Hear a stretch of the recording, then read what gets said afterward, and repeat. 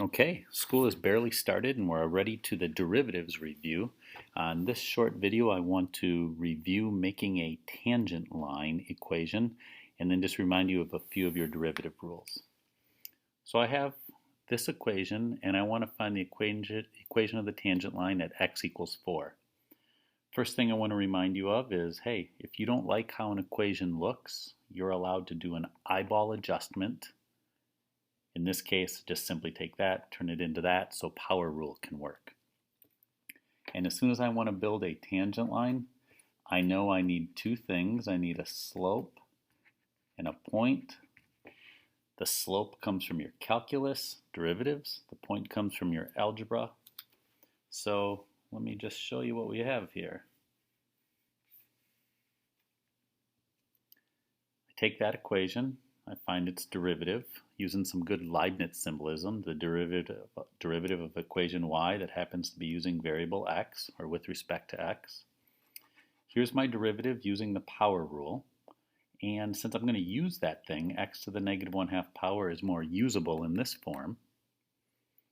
Now from there, since I know I need a slope and a point, I say, okay, if x equals 4 is the point I care about, there's my x equals 4. Take the 4 and plug it into the original equation to get the y value. That means I now know the point where my tangent line attaches to my curvy graph. Now I need a slope. I take my derivative. I'm going to use this one, and I say I want to take my derivative and evaluate it at x equals 4. So I take the 4, plug it in. That's a 1/2 plus 3, or 7/2. So here's what I know. My tangent line has a slope of 7/2 and it attaches at the point 4, 16. So now I go back to my world of algebra and let's get this in there a little bit better. All right. I highly suggest you start off with this form and then just plug in the y values, the x values, and the slope. And technically you're done right there. But sometimes you need to take your tangent equation and use it in an applied setting, in which case you probably feel like converting into y equals mx plus b form. That's also acceptable. Remember, if this is correct, but you make a mistake going to here, on an AP test, they would mark that wrong even though you were right up there. So only do that conversion if it's going to be necessary.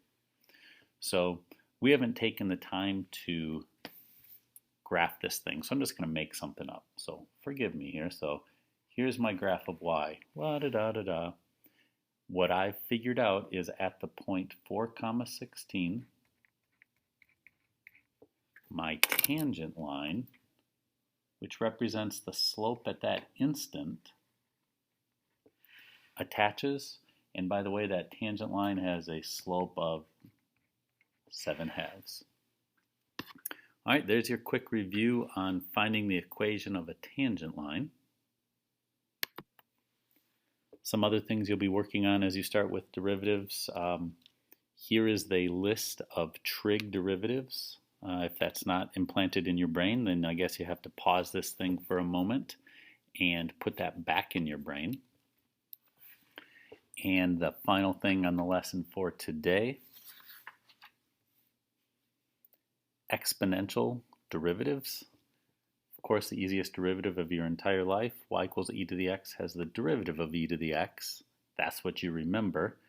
But technically, y prime is e to the x times the natural log of the base. So this is really the derivative, but because natural log of e turns out to be 1 every time you do it, you eventually say, you know what, I don't even care about that, and you just write that. Totally fine, because e to the x is going to be a very popular function. 2 to the x, not nearly as popular, but if you would run into something like that, you would have to include that second part. For every 75 times this happens, this might happen once. All right, that's a short and sweet video. This should give you enough ammunition to get going on any derivative review from today's homework.